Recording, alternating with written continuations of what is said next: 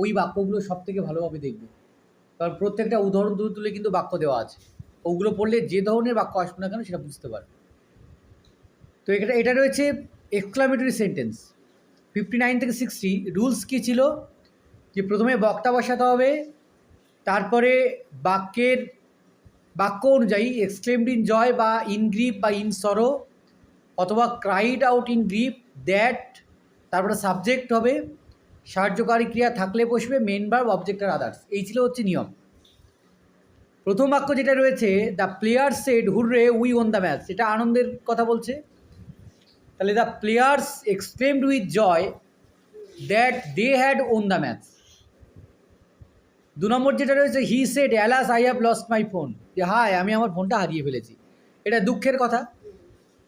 তাহলে he exclaimed in grief that he had lost his phone. Grief GRIEF, that he had lost his phone. 3 number হচ্ছে she said wow the painting is amazing, অবাক হয়ে গেছে। তাহলে she exclaimed with joy that the painting was amazing.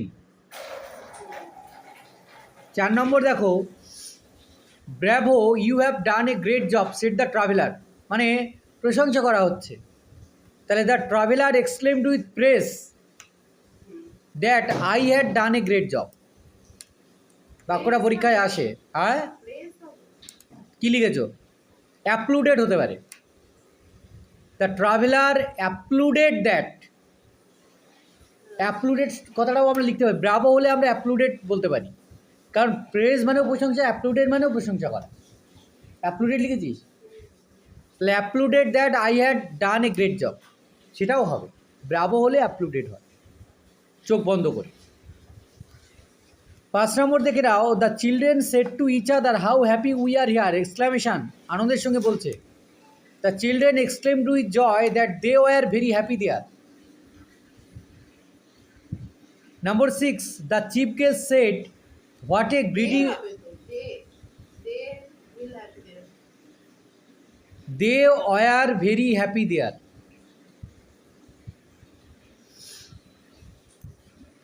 6 নম্বর দেখো, the chief guest said, "What a greedy man he is." তাহলে the chief guest exclaimed in disgust, ঘৃণার সুরে বলছে, that he was a very greedy man. হয়েছে? Number 7, Subrata said, "Alas, I am ruined." দুঃখের সঙ্গে বলছে, আমার সব শেষ হয়ে গেল। Subrata exclaimed in sorrow that he was ruined, in sorrow. I have রুইনটা হয়ে যাবে he was ruined.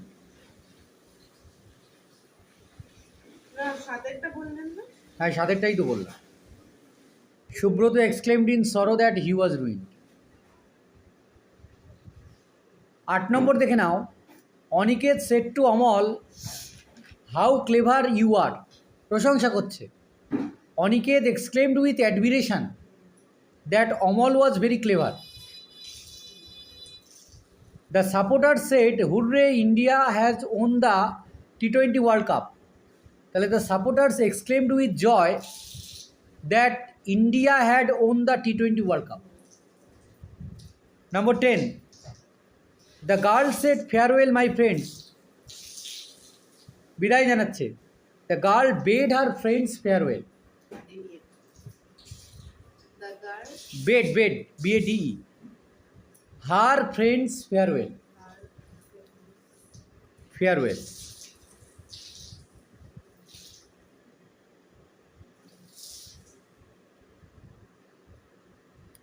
11, he said congratulation keep it up.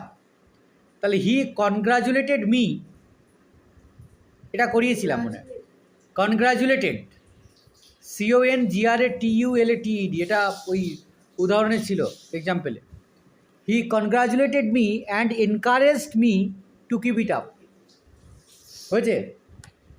12 দেখো, the boys said hurrah the exams are finally over.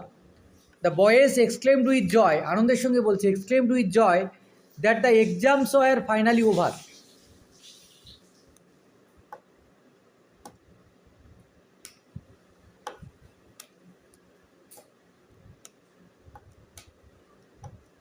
He said what a great fall, he exclaimed with surprise that it was a great fall. Yes, বললো কীভাবে পড়লো দেখো, বা পতনটা দেখো। কাদের হবে সেটা দেখা যাবে কদিন বাদ। হামটি ডামটি স্যাট ইন দ্য ওয়াল, দেওয়াল থেকে কে পড়ে দেখা যাক, কেউ হুড়মুড়িয়ে ভেঙে পড়ে কিনা সেটাই দেখা যাবে, আমরা অপেক্ষা করছি। 14 হচ্ছে ব্র্যাভো ওয়েল ডান দে ক্রাইড, তাহলে দে এক্সক্লেমড উইথ প্রেস বা দে অ্যাপ্লুডেড দ্যাট ইট ওয়াজ ওয়েল ডান, যে কোনো একটা করতে হবে। They exclaimed with praise that it was well done, অথবা they applauded APPLUADED, applauded that it was well done. ঠিক আছে। 15 he said to me alas I could not save you, তাহলে he exclaimed in sorrow to me that he could not save me, বা he exclaimed in sorrow that he could not save me, যে কোনো একটা। তুমি দিতেও পারো, নাও দিতে পারো। এবার ডিরেক্ট থেকে ইনডিরেক্ট আছে, হ্যাঁ জাস্ট দেখে নাও। He exclaimed with wonder that it was a huge snake, তাহলে he said what a huge snake it is. ঠিক আছে, দেখে নাও দেখে নাও। 2 নম্বর হচ্ছে হি কনগ্রাচুলেটেড মি, তাহলে he said to me congratulations.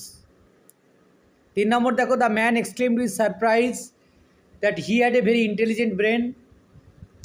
এরকম বলে নাকি কখনো ইন্টেলিজেন্ট ব্রেন বলে? ইন্টেলিজেন্ট ম্যান বলে।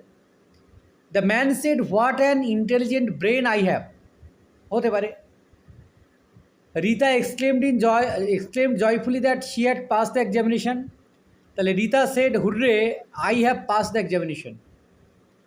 5 নম্বর হচ্ছে the girl exclaimed in wonder that the dog was very cute, এটা কী হবে? The girl said how cute the dog is. হ্যাঁ, এটা সেই আমরা অ্যাসাটিভ টু এক্সক্লামেটরি করার মতো আর কি।